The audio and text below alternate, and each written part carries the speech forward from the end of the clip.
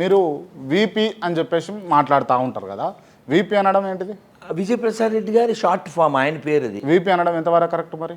అదే ఆయన పేరు ఆయన పెట్టుకున్నాడు కదా, నేనేం చేయను. ఆయన పెట్టుకున్నాడా? విజయప్రసాద్ అని పేరు పెట్టి విజయప్రసాద్ షార్ట్ కట్లో అందరూ వీపీ రెడ్డి అంటారు. వీపీ అనడం మీ అంతరార్థం ఏంది? వీపీ అని అంటే ఆయన పేరు అంతే, అంతకుమించి ఏం లేదు. అంతమించి ఏం లేదు. అంటే యాక్చువల్గా నువ్వు అనుకునే రెండోది ఉంది కదా, అది వాళ్ళ అయిపోతూ ఉంటారు సహజంగా.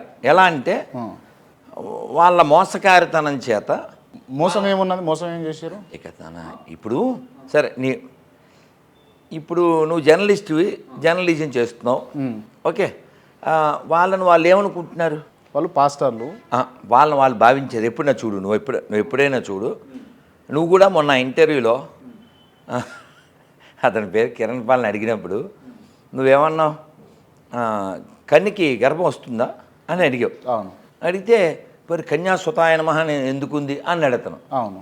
అది నువ్వు అనుకునే ఆ రెండో ఈపీకి సరిపోతుంది కదా.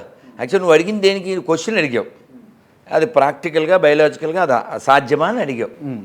దానికి ఆన్సర్ చెప్పాలి అతను. అది మానేసి అక్కడ ఏదో మంత్రం ఉన్నాడు, మంత్రానికి అతనికి సంబంధం లేదుగా.